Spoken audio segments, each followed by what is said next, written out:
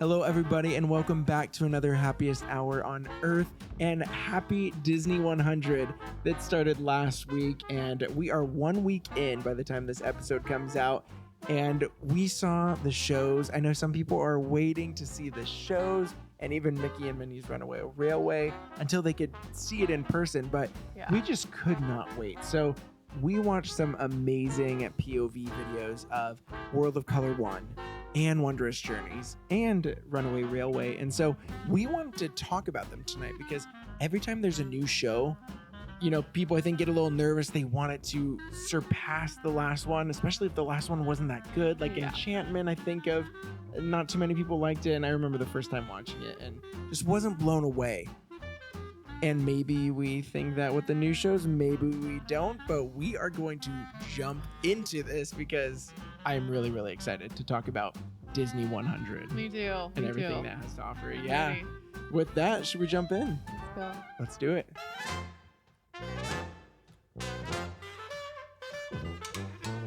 All right, so before we jump into our topic about Disney 100 shows, we did make a special drink dedicated to Disney 100 as well, and it's literally just called the Disney 100 cocktail. Yeah, from Lamplight Lounge. Yeah. And I feel like they do this with like seasonal things. There's lot of no times, like really creative name. yeah. And then sometimes we'll see the name on Disney Parks blog and it's something very basic.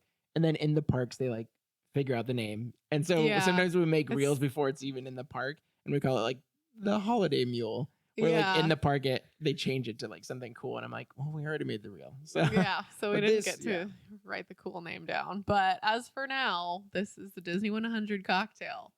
And it looks pretty beautiful and sounds very botanical and delicious. Yeah. So it's with the beautiful purple color that Disney 100, it's kind of around like purple and silver. I've been seeing a lot. So that's really cool. Yeah. So we've got some of that botanical gin. So it's a gin-based drink. It's the Empress gin, which is made with pea flower to get it that purple color. Which is also in the drink, the tea itself. Mm-hmm. Some lemon, some honey.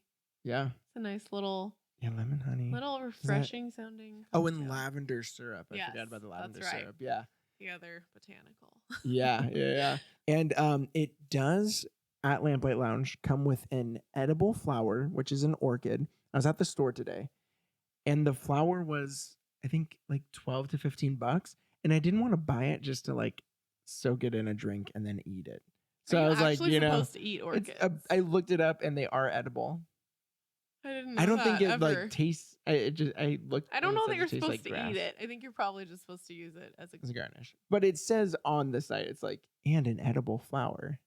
And so it's just orchid. trying to make it sound cooler. Than it really is. Well, so no flour, but I hope these drinks are good. Also, again, no ratios listed on the anywhere. Yeah. So we're just kind of based these on winged it everything. Yet again, we'll see how good it turns out. Yeah. And we won't know if it's accurate or not, but we'll let's let you know if it's cheers good. It. Yeah. Cheers.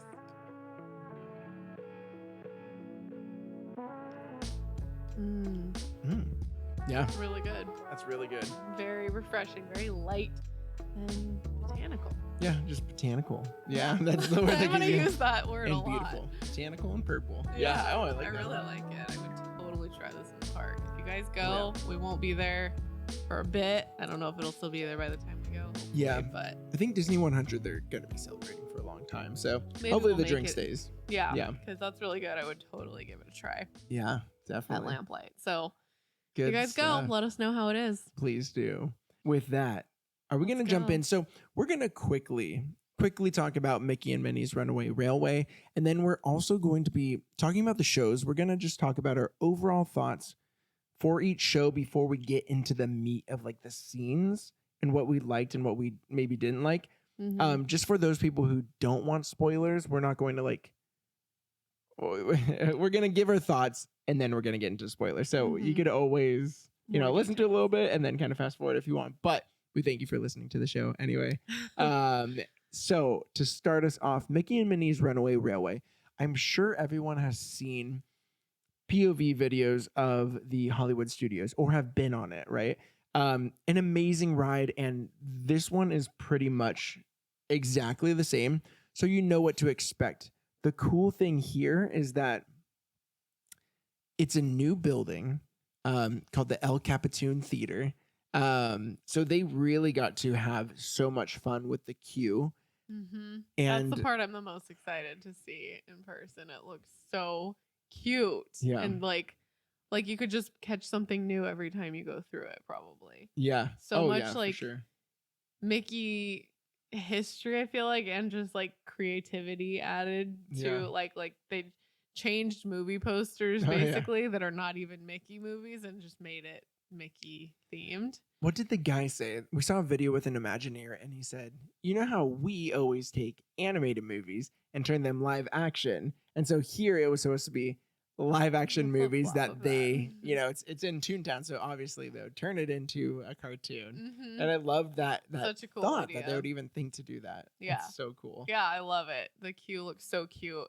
And the other part that is so cute and special to me, I feel like, is I think it's by the end of the queue. Yeah. There's this whole section that's kind of dedicated to like the like Disney, I guess it's Disney Junior. Yeah. Like you know, Mickey Mouse Clubhouse, Mickey and the Roadster Racers. There's like 5 different ones, and they're all really cute. But my son loves all of those shows, and so they wanted to let those kids who love those shows have a little piece of that part of Mickey in the ride. That was the so cool cute. thing about listening to that Imagineer talk is he said he wanted people who were visiting and going on this ride to see Mickey how they originally met him. So it's in the El Capitan Theater. It's almost supposed to be like I think they call it Mickey Through the Ears exhibit or something like that. And so it's supposed to be props from his movies, props from his specials, you know, so you're actually going in almost like a museum of sorts, but it has Steamboat Willie's real wheel that he used in Steamboat Willie. It has like the plane from Plane Crazy. It has just like props that they did, and they kind of bring it to life like it's the real ones that Mickey used. And so cool. The Imagineer said we wanted people to see Mickey how they originally met him. So if you grew up on the old classic ones, you're going to see things from those shorts and specials there. If you were a kid, you know, Disney Junior, there's the huge Mouseketeer tool, right? And then the hands, like the helping hands. And then it also has the new Mickey for like the kids who are growing up with that. A lot of like props and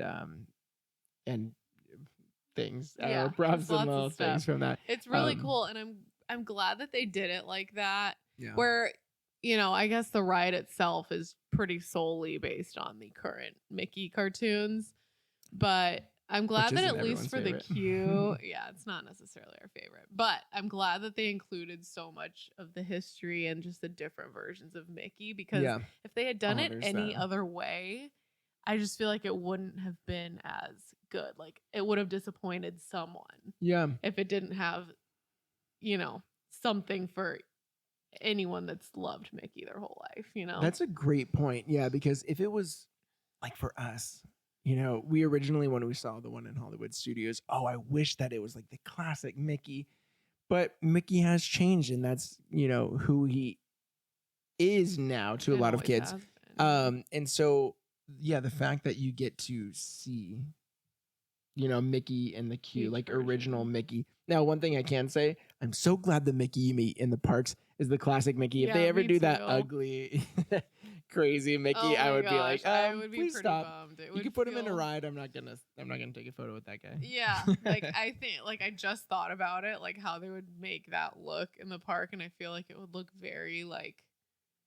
It's like Rick and cheap. Morty. Yeah, like Mickey. Six Flagsy or something. Yeah, like just kind of not the same goofy. He's always kind feel of as the Mickey that we love in the parks right now. I don't think they would. I think they could do a version of that. Yeah, but never replace original Mickey. Yeah, I hope never. Not. I really hope not. I that'd be love an uprising the there. Yeah, no kidding. Oh my gosh. But it does look so special. I mean, with how long it's taken for there to be a Mickey ride, I think they really did have to spend some time prepping all that stuff and like making it special. Yeah. Because Mickey's all encompassing. He's been around from the Mhm. beginning. It had to, it had to show him off. Yeah. And I think they did a pretty good job. Haven't been on it, but I mean, from what I've seen from the queue and the POV from the ride, it looks Yeah. like it's pretty great. And also, like, Toontown is still closed right now, but obviously they have to open that little section up. And so you could see some of the buildings that are around there, and they look like they've just kind of been painted up like really bright and fun. And so really, really excited once Toontown fully opens up. Yeah. And we get to take your son there. It's going to be I so know. great. I am can't so wait. pumped. I'm hoping, that we can plan a trip not too long after it opens and we can just go on the ride and see the new land. It's going to be so fun. It's going to be so awesome. So with that, should we jump into, oh man, which one should we start with? I'm like, I guess we get it. Yeah, let's start with Wondrous Journeys. Okay. So, yes. Disneyland's. Yeah. So this, I feel like I thought initially that it was going to be more of a fireworks show. I thought that it was like the new fireworks show. And I think it's definitely like I would be disappointed if that was what I thought going into it and like saw it in the park. I'd be like, what the heck? I was expecting fireworks. And like there are fireworks a few days out of the week. Yeah, the weekends. Yeah. But it's not very much. Like it's definitely not the focus of the show. It's definitely a projection show. So the into it fireworks knowing that really do add something to it. I was just watching a live of it tonight, and it wasn't with the fireworks, and it still was really, really amazing and really moving. But I think a finale needs like one little shoot off of fireworks just to conclude it, and they didn't do that. But still, I think even without the fireworks, it's still going to be a beautiful show. Amazing, yeah. And yes, and that kind of just led into what our thoughts are about it, which is definitely that it was great and definitely a step up from Enchantment. Yeah. We were not a fan of that, and I'm really happy to say that I enjoyed this one a lot more. I thought they put a lot more life into it and just like effort. It just felt like it was done so much better. It's a story where Enchantment didn't really have like a through line. Yeah, there's nothing to follow. Yeah. And yeah, the story overall so amazing. The one thing we were thinking, because we actually had to watch like a few different angles.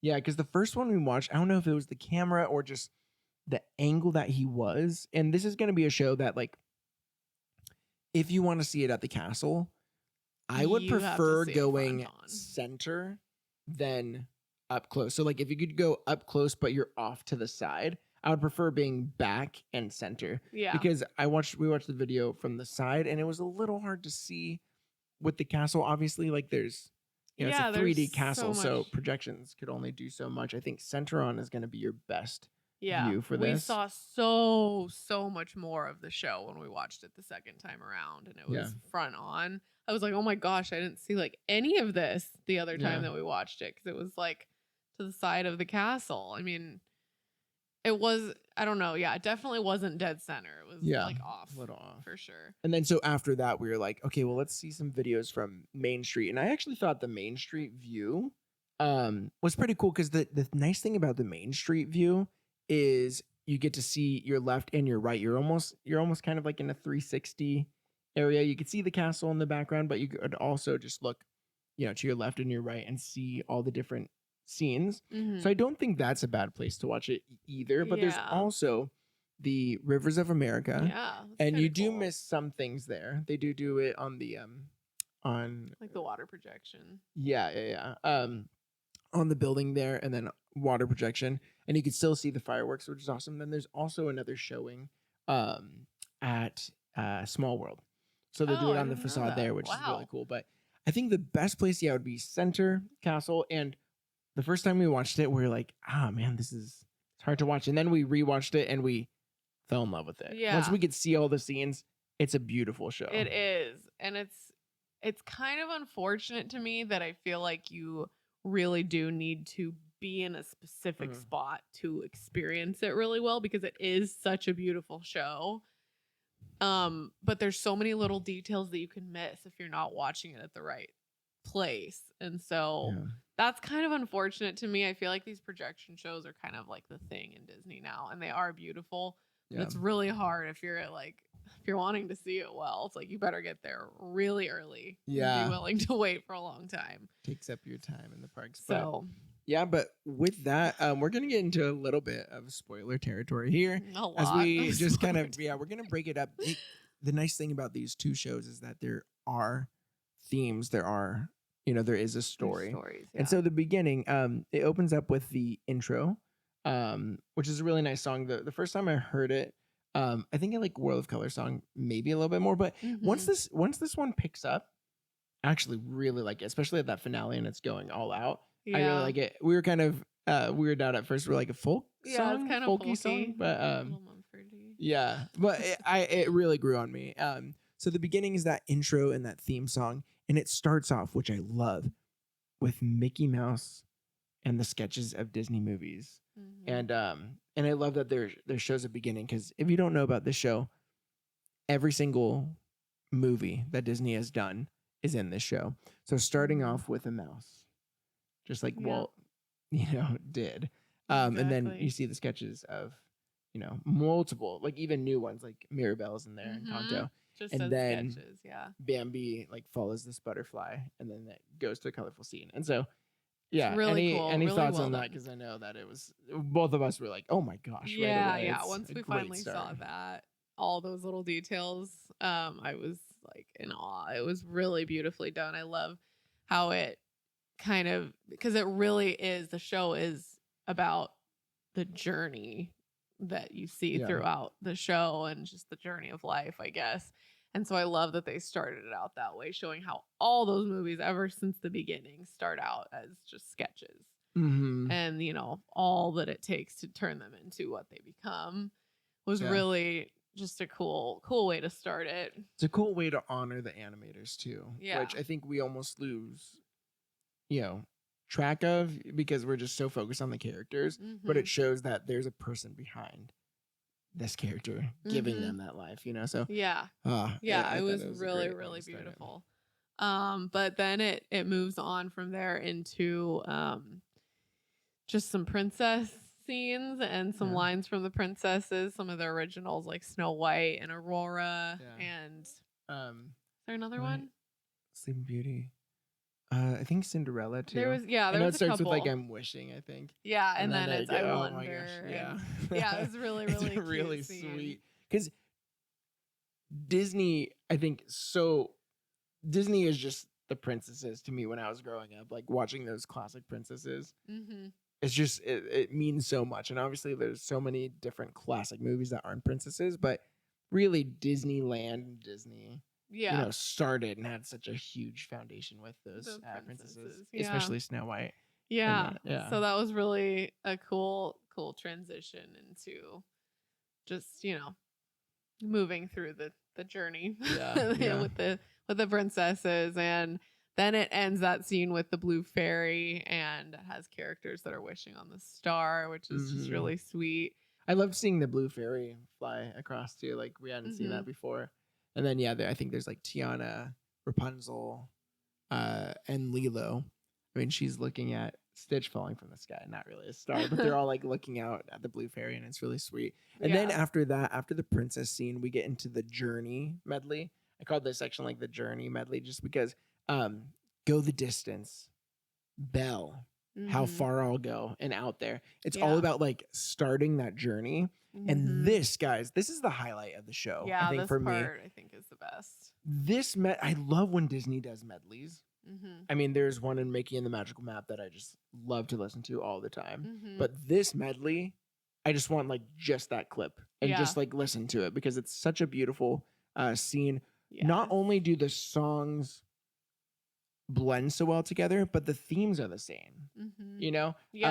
Because it's Go the Distance, and then Belle's part is I want adventure in the great wide somewhere, and then How Far I'll Go, Moana, and then just right at the end, Out There comes in. And obviously the best way to like conclude a scene, just to live one day out there, huge, like just about cinematic. the hope. All these characters have so much hope, And Yeah. those songs showcase it a lot. So, oh my gosh, I was so happy to have Go the Distance in a show over here finally. Go the Distance and Best Out song. There Yeah. together. Come on. Together. And then, of That's so course, good. the other ones are favorites, Moana Yeah. and Belle.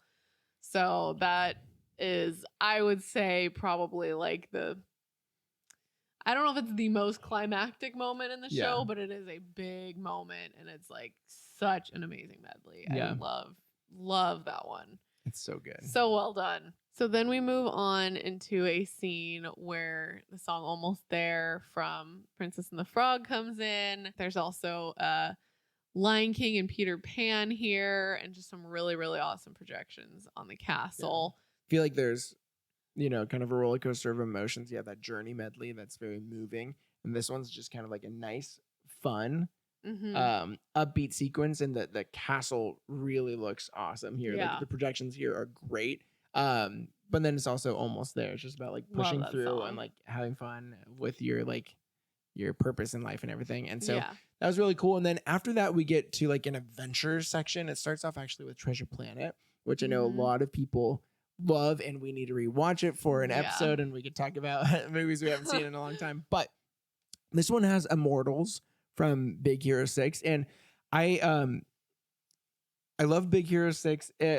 Immortals, I always just think Fall Out Boy, and I'm always do like a cover of it. There's that they made the song. Oh, they didn't make the song. Oh, shoot. But it's I thought that was from like the Punk Goes Disney. Yeah, no, it's they do the song, but I think I love like old Fall Out Boy, so whenever I hear that song, I'm always just like, oh, they're like mainstream. I don't know if that's a thing, but so Immortals, it starts off really good and it has some really cool things. Baymax is flying over.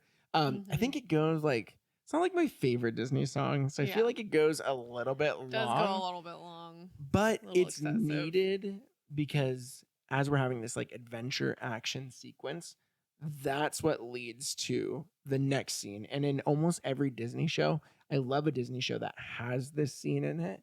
But yeah, it's like adventure, and then it transitions to like a despair sequence, which I think is needed because you always need like something you need that energy, kind of and then breaks you your need heart a little bit. Yeah. Yeah. And So that one I think is they definitely accomplished that in this scene. It's so I mean, good in the saddest way possible, but they just show scenes from it's Encanto and Moana too. There was Cinderella crying like right before she goes to the ball. There's some beautiful. Oh my gosh, there was a lot. There was a lot of characters in this scene that were just kind of at their lowest low in their movies, and and you need to show low in order to have the high. And so they really did that scene well. It's a kind of a tearjerker of a moment in the show for sure. Very, very sad. And the other cool thing I love is that like the castle looks all worn down here too with the projections, and then we go to like a repair sequence, and this is when you hear like Moana's grandmother and her song, talking about like, I know a girl from the island. She stands apart from the crowd. Oh my gosh, she loves to sing people. I'm just gonna sing it right now. But she's telling her who she is as Moana's saying, pick someone else. Then we have this amazing scene with Dos Oruguitas, and it just like the castle starts rebuilding itself with these flowers, and it turns into the casita, and that despair to the repair is just so beautiful, and that's what I wanted to show because it inspires people no matter how hard the situation in your life is. There's that next turn, wait it out, get to that next turn, and there's always going to be hope, and that's what I love from a Disney show, something that gives you hope and joy and everything. And so that scene with the casita, I just want to cry. It was really, really beautiful. I love the way that they transition from the sadness and the despair of the previous scene, and then it's just like you just see them all come back from that. And then we get to the finale, and so the finale, what I like about the finale is right before it shows Winnie the Pooh, which you got to have Winnie the Pooh in there. And he says something about like, can't we just go back to the beginning? Because the guy narrating it says something about like the end of this chapter or something, but a new one beginning. And so Winnie the Pooh's like, oh, can't we go go back to chapter 1 or Yeah. something. And then the guy says like, oh, like what I think it comes next is going to be like wondrous or something like that. Mm-hmm. And so it also what's going to happen next, we're back to Bob Iger. Maybe that's like, like yeah, it is going to be wondrous. it's hard to like, it's hard because I think a lot of times we want to like watch these movies that meant so much to us in our childhood. But Disney's really, they need to keep creating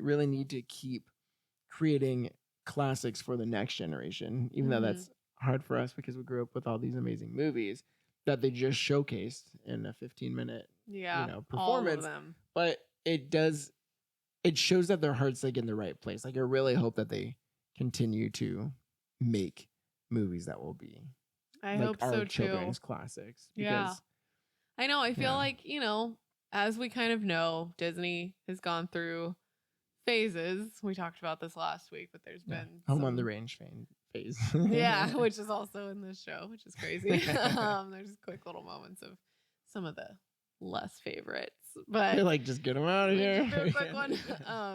But yeah, I mean, there's gonna be times where things just aren't at their highest high, and then they always pick themselves back up, just kind of like a this show showcased. So hopefully we get to the point where we're getting those quality of movies again, because we know what Disney's capable of, and Pixar. Yeah. And I mean, this is all about Disney, so Pixar is kind of irrelevant, but it will be relevant for World of Color 1. That's true, yes, which we're moving into next. Yeah. So overall thoughts. So we love World of Color so much. The first time we watched this, just like Wondrous Journeys, we didn't have the best view of it. We're like kind of I guess we should have kind of waited like a day or two beyond when the first videos were posted to kind of see if there were different, better qualities. And when we originally watched it, I'm so glad we watched it a second time, because I was like, oh, it's so hard to see the projection. Sometimes I didn't know what was going on. Yeah. And just right off the bat, I was like, I couldn't really, I don't think I really heard like the theme originally. So I was trying to like kind of pick up on that throughout the show. And then when we rewatched it a second time, we were just watching on my laptop. So we're like really close up and we could hear it. It was like better video and everything. And after I kind of heard what that intro theme was about, then you could like kind of see that woven throughout. And so, So, I mean, I guess we don't really need to do overall thoughts. We could just kind of dive into the well, my initial overall thoughts. I mean, I loved both of the past World of Color shows, like the full length ones. Wasn't there one that was like really short somewhere in between? I never. Well, they do like Christmas ones and stuff like that. They do holiday ones. So never saw any of those. Don't really have anything to say about them. But the other ones have always been some favorite shows of mine. I think that they were both, so good in their own ways, because they both had kind of different themes. But I was maybe a little hesitant going into this one because I loved those ones so much, and anytime they switch out, it's like, oh, I hope it's as good, But I ended up really liking this one. Like we said, after watching it the second time, I would say I liked it more. And the song, like I think I listened to it really more the second time around, and it's such a beautiful song with such a like beautiful message to it. Especially at the end of the show, like the lyrics kind of switch up at the end of the show, like as you're walking out, and I was like, oh man, yeah, you can really hear it. You need that. Yes, it's a great message in the song, and we're waiting for that song to be made available to just listen to, because it's so good. But one thing that I loved about this show was that the very beginning and the very end had Walt in it, with some very short but sweet quotes by him. And I mean, Walt is where it started for the Disney 100. You have to, which actually kind of sort of bums me out he wasn't included anywhere. Oh, and Wondrous. Yeah. Journeys. Yeah, it would have been cool. Something at least like they started with like a sketch of Mickey. Yeah, but which is kind of the point. I'm just glad they had him in the World of Color one. Yeah. Really kind of 2 tied times. everything up really good. Yeah, that that always gets me. If they include Walt and things, Oh yeah, I'm a happy camper. it's a done So, deal. Yeah, you're like love like, the show. have to talk about the man who started everything. So I loved that. Yeah, Great start. yeah. I mean, I guess that pretty much hits that first little point there. But yeah, the whole theme of the show, and you could hear it in the theme song, is that one nice action, one kind gesture can create a wave of love. Mm-hmm. And so you see throughout the show people taking that one moment, like coming to a point where they have to make a decision, and they take that one step, and it has great, effects to that. But I think the theme song, which is really cool, is it's almost focused on like having love in the world. We're like, we're so caught up in us, I feel like a lot of times, and it's like, there's so much divide and hate and all that stuff. So take that one nice action to hopefully make someone's day, and then they will pass it on to the next person because they're in a good mood because of what you did, and then it just creates a wave. And I love that. Yeah, it almost reminds me of like, when you go to a fast food restaurant. I've had this happen a couple of times, but the person in front of me pays for the person behind you, and then when you get up there, you want to pay it forward to the next person. Hopefully they don't buy like 200 hamburgers or something, right.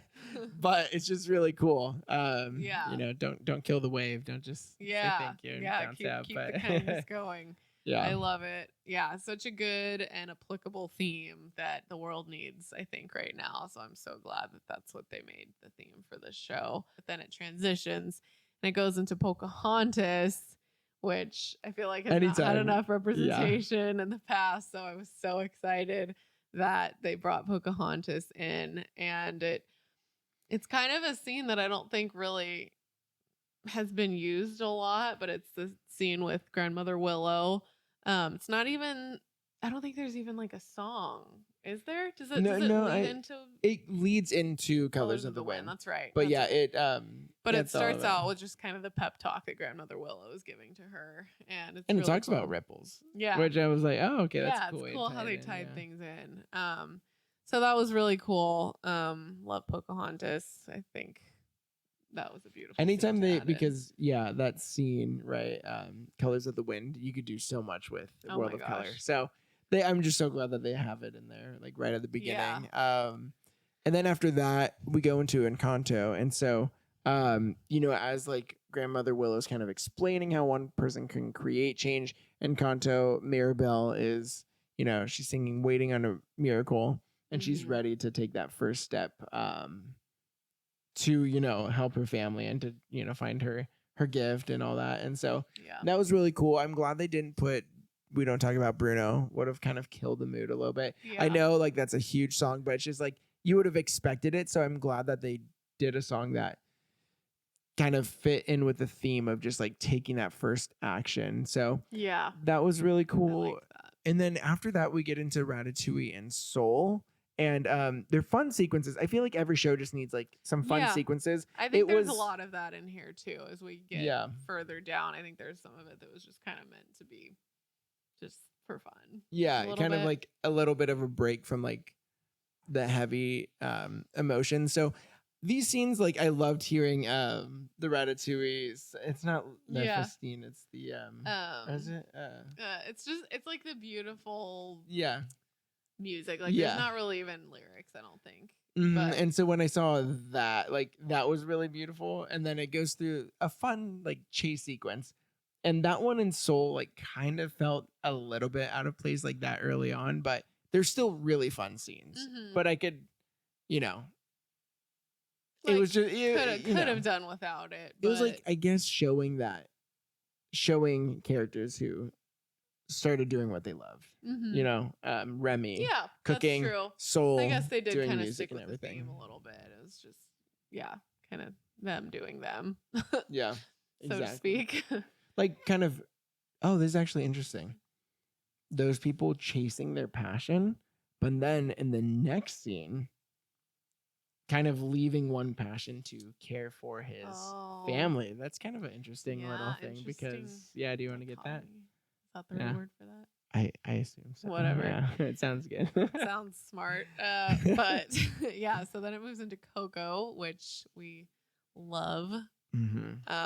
Always gonna be excited when there's a Coco scene. So it goes into Remember Me, which the scene that it shows is the one where why did I just blank on his name? Hector. It's like the memory scene where he's singing to Coco as he's about to leave to go tour or whatever. And it's in Spanish in this show, which I thought was such a beautiful touch. Super touching. Yeah. I loved it. He sang most of it in Spanish, and then that last little bit that they sing together was in English, but it was that scene gets me every single time. It's so emotional. So yeah, like you said, I think that was a good lead into someone following their passion, but then, you know, sometimes things don't turn out exactly how you think they're going to. Like, I mean, he ended up kind of regretting that decision in the movie.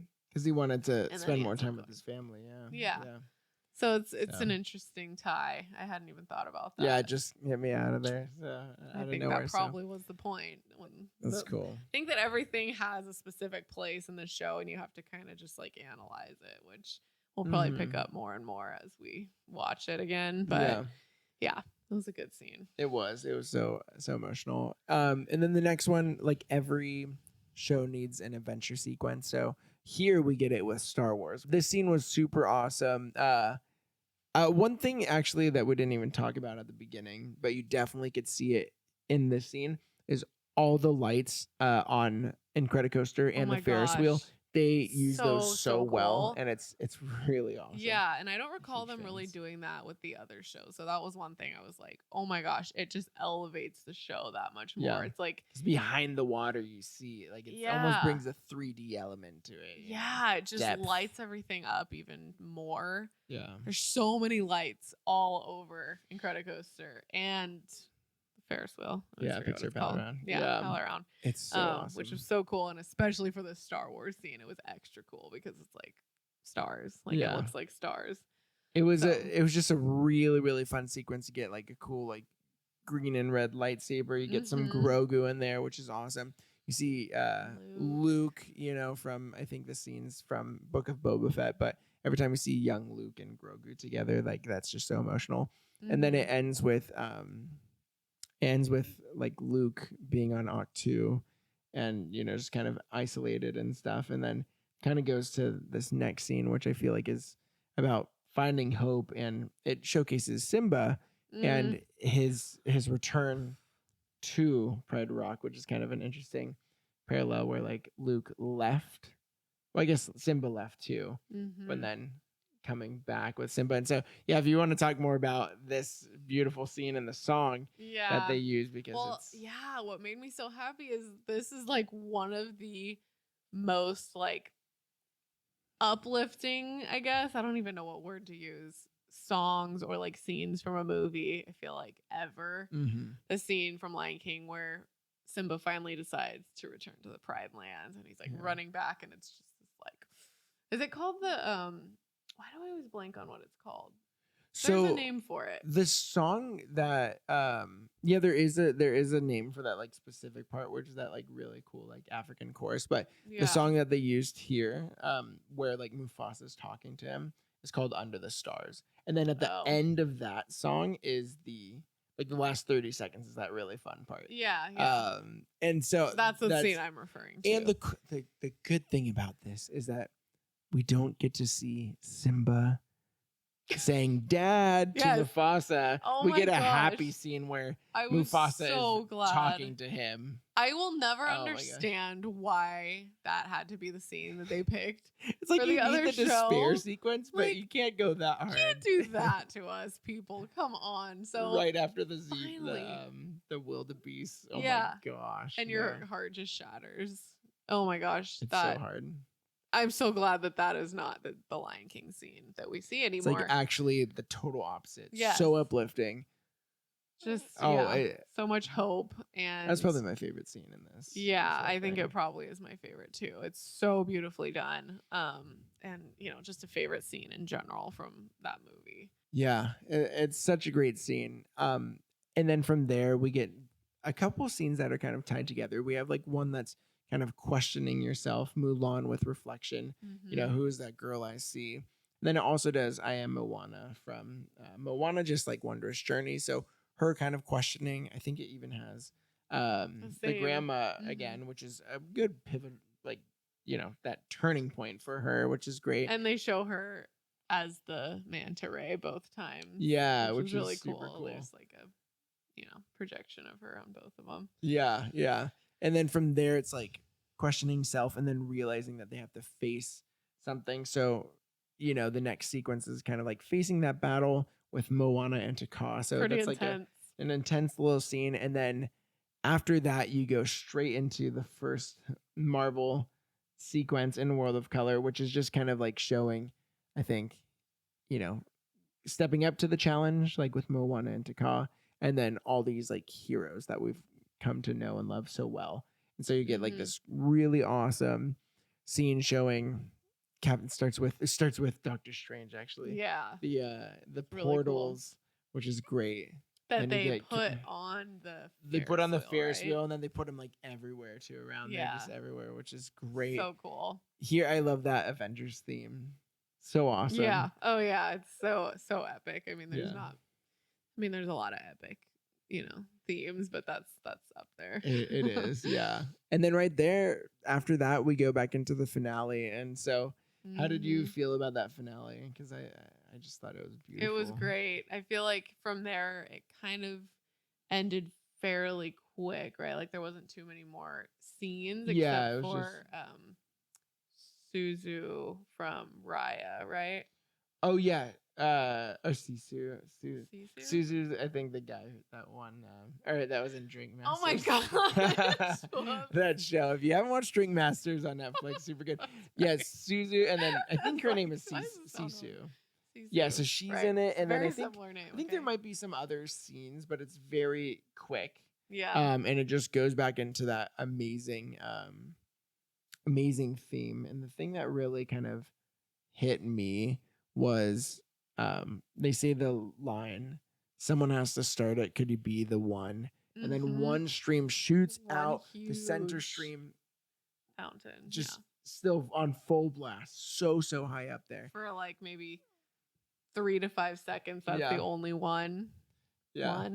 And then all of a sudden you see a whole bunch more starting to spring up around it, which is just such a beautiful symbolic thing. I probably wouldn't have even noticed it. I know you noticed last night, but very cool idea. Yeah. That tied in so well with the song and just the overall theme of the show. Yeah. So it's really cool. I mean, because it's really true. Well, if someone says something nice to you, like it could really change the trajectory of your day. And so I love how it's like, can you be the one to start that one, and then it just kind of grows into these huge fountains everywhere. And so yeah, I love it. I thought the whole theme of the show was so beautiful. Where Wondrous Journeys was so great too. But and the cool thing about Wondrous Journeys is like the wondrous journey of life, having despair and repair and like, adventures and all that stuff. But it also is about the animation, like seeing where it started to where it grew.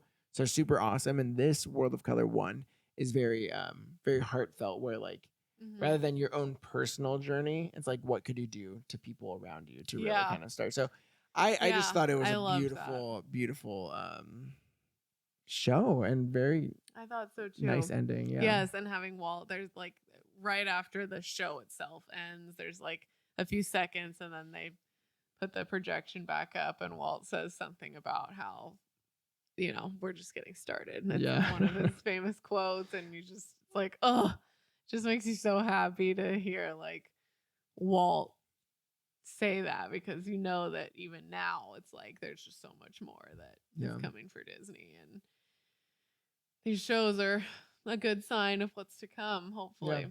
It was so good. I think that they really listened to what people had said about the Walt Disney World 50th, and it's good, because I think that a company does need to listen to what the fans say to an extent, and because they are there to bring joy to the fans.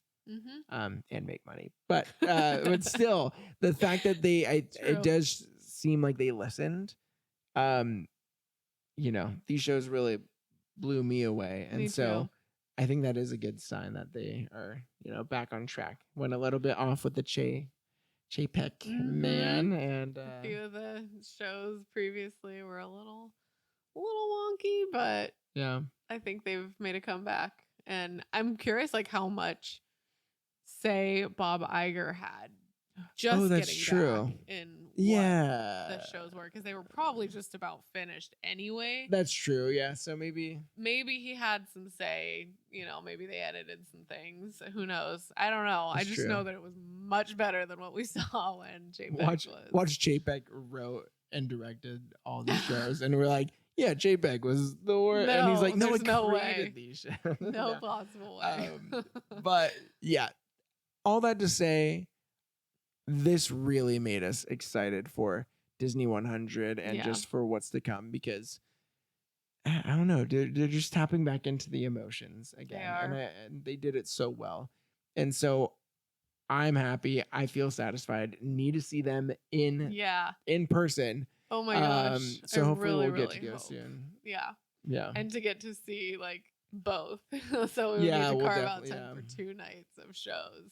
Yeah, which for is sure. It's gonna be tough, but we have to do it because I really, really want to see them both. Yeah. If you want to see both shows and experience a lot of things, I know Getaway Today right now is having like an extra night free. So if you're listening on YouTube, there is a link down there, which is our link. So it helps us out too.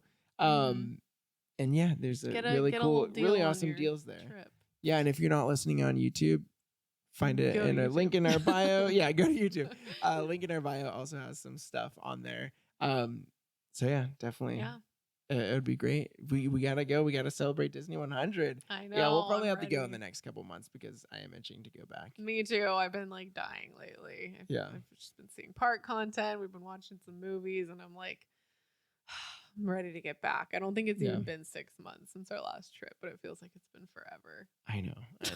So we'll make it happen. Hopefully we'll have that trip coming up. We'll let you guys know when that happens. Yeah, for sure. Yeah. But anyways, we really want to hear what you guys thought of the show. So definitely let us know below if you're watching on YouTube, or just hit us up on Instagram.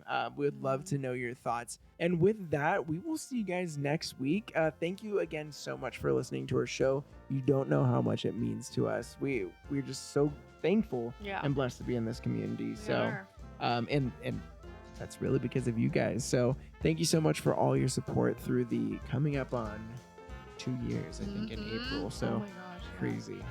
We couldn't do it without you. We love you guys so much. Have a great weekend or week whenever you're listening to this. And we will catch you guys next week. We'll see you next week. See ya. Bye. Bye, guys.